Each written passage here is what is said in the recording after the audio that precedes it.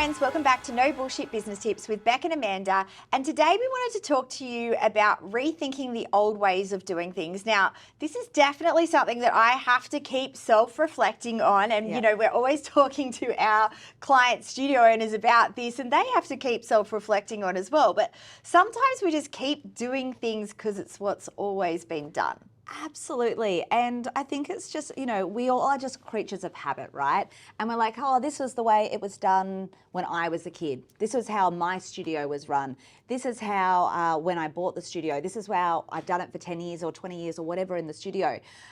But is it still serving you? I think that's a question you really need to think. Is it still serving you, and is it still serving your clients? Yes, I think that's a big one. And has it ever really served your clients? Because, you know, back before, we didn't really think about all of this business stuff. There wasn't so much education around everything, but now there is. And so you've got to question things. I'll give you a perfect example. So we've really worked on what we name our classes the last few years. And so, for example, we were still calling it grade 1, grade 2, grade 3, grade 4 ballet.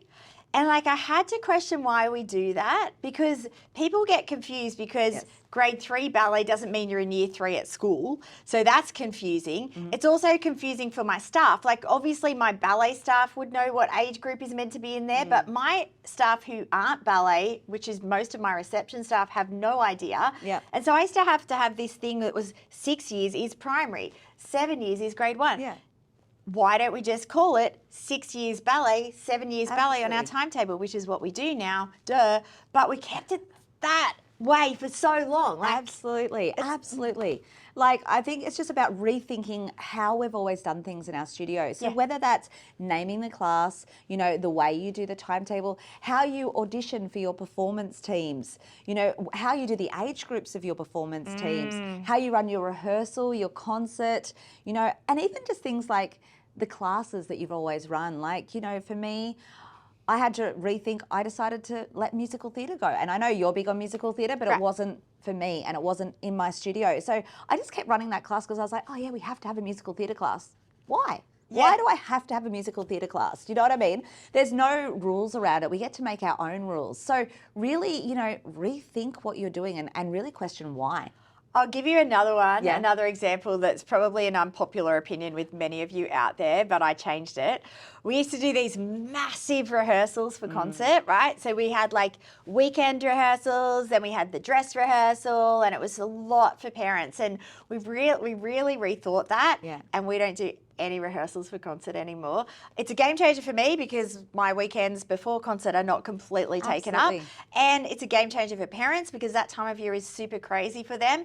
And I don't think it made that much of a difference. I don't think doing that all day rehearsal at the concert for them to then be exhausted of the night of concert made the routines that much better. I actually think the routines are better now that they're not exhausted from doing rehearsal all day and they come in fresh and they do a great job on stage. Absolutely. And that's just an example of the old way, right? Like, you know, running the rehearsal, running the photo day. It's concert time at the moment that we're filming this, and something that we're hearing from a lot of studio owners is about their photo day, that they hate photo day. Sorry to our photographer that's standing right here.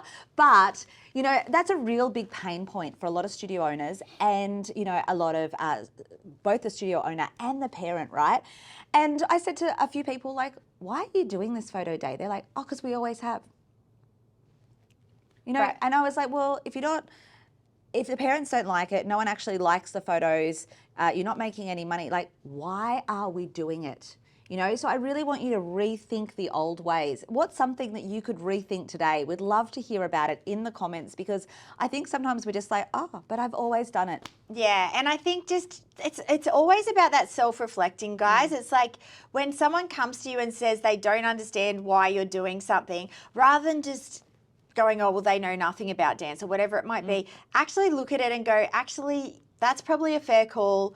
I can get why they're confused about that. Let's change how we're doing it. Like, I think it's really great to self-reflect. Absolutely, absolutely. So take some action on this, you know, really have a bit of a brain dump of some things that you're just doing because you've always done them. And we'd love to hear about that brain dump and what you're kind of like questioning. And it might not mean that you just get rid of it completely. Maybe it's a new version of it.